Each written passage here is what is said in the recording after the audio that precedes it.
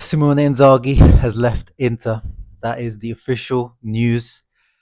Just breaking now. That is the news that's making me take time out of my holiday. That's the news that's made me tell to my lovely wife who's over there behind the camera that I needed 10 minutes because this news is worthy of me cutting short, taking some time out of my holiday because a few days ago we experienced the darkest day, maybe, of the modern era of Inter. And I luckily, I guess now, in retrospect, booked the holiday on the 31st of May. So I didn't react with you guys to that afterwards. But shout out to Anthony, Mo, and all those guys who kept you company and did the therapy sessions. But this one, some of us were expecting it. If you saw my prediction on Culture Chacha on the podcast I did with those guys over there, make sure you check it out. Well, actually, with them, I actually said I think in Simone Inzaghi is going to leave if we win the Champions League. He's going to go and get that Saudi money, but actually, it's ended up happening even without the win and with actually an embarrassing loss. And that embarrassing loss, disgraceful loss, which I will cover with you guys at some point. But for now, let's try to ignore that as much as it's impossible to do. But that embarrassing loss is the reason why this almost feels like it's a bit cowardice from Inzaghi to leave at this time. That should have been 5-0 loss, embarrassment on a worldwide stage where I can't even wear Intertop right now out here in Italy and Sicily because I feel like it's just gonna be embarrassing. But I will wrap it at some point. Don't worry. I thought that would be the point that maybe he wants to turn things around and doesn't want to end it on sour notes. But this 4 years, he ends this 4 years with 6 trophies, which is not bad overall trophy haul. If you told me when we signed him after Conte left that he would end up at Inter for 4 years, 6 trophies, 2 Champions League finals, I would be like, yeah, wow, I'll take that. Especially in that context when we signed him, Inzaghi, and that's the thing. I think the context really matters in a lot with Inzaghi. I am disappointed and angry, especially that's why I didn't really. I was on holiday, but I could have done a reaction. But the main reason why I didn't, I was just so angry with the players and management, the coaching and everything. Because yes, PSG spend a lot of money. Yes, the squad values are. I think transfer mark said it was like 7 times the value of Inter or something crazy like that. But at the end of the day, you're in the final and you didn't even play it. Basically, that's what it was like. Um, so yeah, I mean, I keep going back to that because it's impossible to go back to that. But the fact that now he's leaving after that, I look back on it on this positive period, this Inzaghi period for sure, because again, context matters. But now him leaving like this, that is the lowest point of the Inzaghi tenure, and he leaves after that to get Saudi money. It does not look good because his salary has now been what, tripled, quadrupled, probably more, from 6.5 million to 25 million. I mean, that's just ridiculous. So on his part, fair play, go and get your bag, bro. But on our matter, Inter matter, uh, leaving us a bit high and dry at the moment because it was going to be the summer of a rebuild. It was the summer that it was going to be the Inzaghi 2.0. But maybe that's the reason why he left. We'll have to also get into it in the next few weeks when things more come out more. Why he actually left.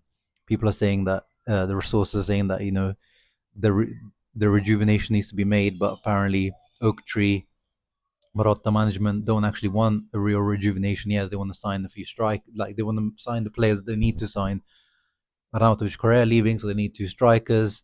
Suchi has already been signed. Luis Enrique has been signed. Maybe they'll sign a centre back, but the real squad overhaul is not going to happen, and that's what Inzaghi wanted to do, and probably want to do it differently. Again, we said as soon as Oak Tree came on board, if you guys remember, a few months back, or even all the way a year back when Oak Tree came in, I was like, look at what AC Milan are doing.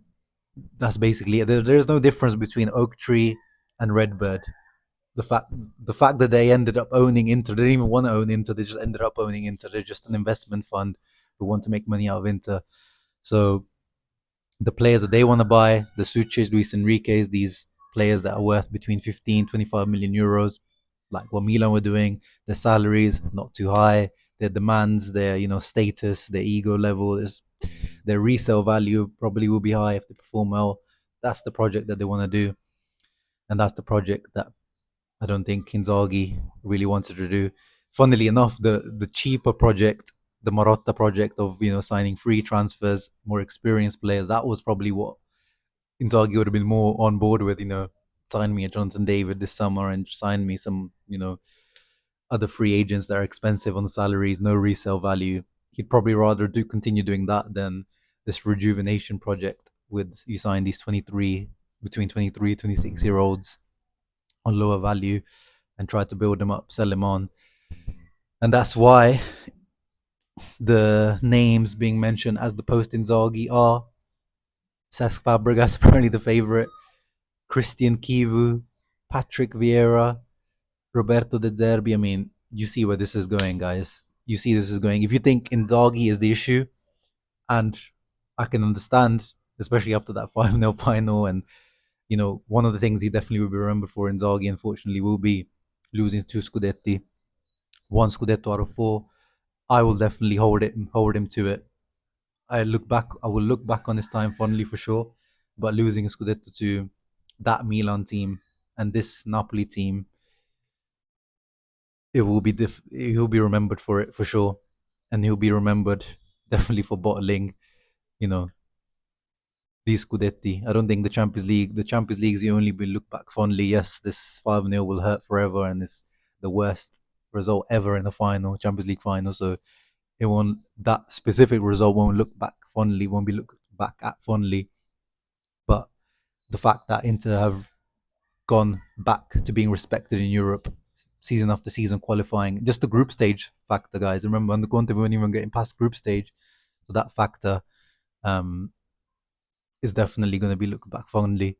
But apart from that, yeah, it's uh, it's not a nice moment to leave on. And the thing is, as well, the fact that he's going to Saudi now for 2 years is even going to last 2 years. We saw with Pioli, looks like he's coming back already. We saw with coaches, with some players, and that definitely you can just see it. That leaves the door open for Juventus. We know a year down the line, 2 years down the line, that's probably what's going to happen because they are the team. They're still one of the teams in Italy not owned by a fund. They probably won't be owned by a fund for a long time as long as the Agnelli Elkan family own them. One of the most powerful rich families in Italy. The revenues are still top level. They've got their own stadium. They're going to be able to spend and invest money. And I can just see it. They wanted Inzaghi before we wanted him. After Allegri, they wanted him. And I can see him definitely being a Juve type coach. And that was going to hurt as well if he goes there and they give him money to build and he builds a dynasty there. And I can see that happening. But yeah, we'll get to that down the line if that does happen. Um, yeah, I don't really know what else to say. I have been keeping, up with the news as much as I'm on holiday and trying to switch off whenever I turn, X, Twitter on or Instagram on. I see the latest news and I've been watching all the reactions and things. So it's hard to stay away. And I can see why also people are kind of scared of the. I can see it's been funny actually. I can see people being excited about the Cesc Fabregas or the Cesc Fabregas type of coach coming in, but to me that just shouts the type of project that Oak Tree want. Like it'll be nice. They probably try to integrate some younger players, which I know people are dying for that. But if you is that gonna really gonna keep us challenging for Scudetti and Champions League? Because we gotta say now with Inzaghi, we've been challenging for Champions League because that's two final out of three. So now the next coach, if we're at least gonna hold him to the standard of Inzaghi, he has to be challenging every single year for multiple trophies, or at least delivering what Inzaghi couldn't in Scudetti. Will a Cesc Fabregas type, Roberto De Zerbi type coach deliver that? I mean, if you ever listen to Roberto De Zerbi, speak in the press conference, the guy is like, he's a Bielsa type of, guy. Winning is like the last thing that's on his mind. He's all about the process and the style of play. And they asked him if he was going to watch Inter PSG in the final. He said, "No, I'm not. I'm going to watch Netflix." Um, he said some interesting things over the years that he doesn't want to be obsessed with winning. That's one of the main things. So I don't know if Fabregas is like that. With Fabregas, he's been talking about Inter and Inzaghi in glowing terms over the last few months, and actually now, when you look back at it, all those nice words over the last few weeks kind of start to make sense now that maybe there was already something in the background of um, Inter talking to him. But actually, one thing I forgot to talk about the Inzaghi thing was how long was this guy talking to Al Hilal for? I know this is also, I mean, this also goes back to some of the people in the comments a few days back when I made the video on Inzaghi saying like, oh, this is the Qataris and the Saudis working together as trying to create fake news to distract us from the final. But actually, it's turned out that Inzaghi was talking to Al Hilal for weeks, if not months before.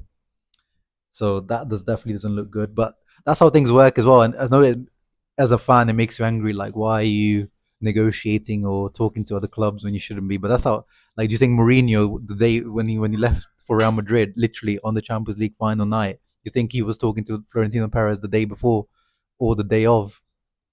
That's how negotiations work. But it just doesn't look good. It doesn't reflect well on Inzaghi. Again, probably tarnishes his legacy. But anyway, that was my quick stream of consciousness of this whole Inzaghi news. Not very structured, just yeah, felt like needed to come back and give you guys a video because I left you guys high and dry after the final, which was not my intention. But I needed some days to grieve. But yeah, let me know your comments down below, your thoughts and feelings of this all. How you gonna look back on the Inzaghi era, positively, negatively? Were you Inzaghi out? Are you Fabregas in? Let me know. Leave a thumbs up, subscribe to the channel, and Forza Inter from beautiful Taormina in Sicilia. You should visit.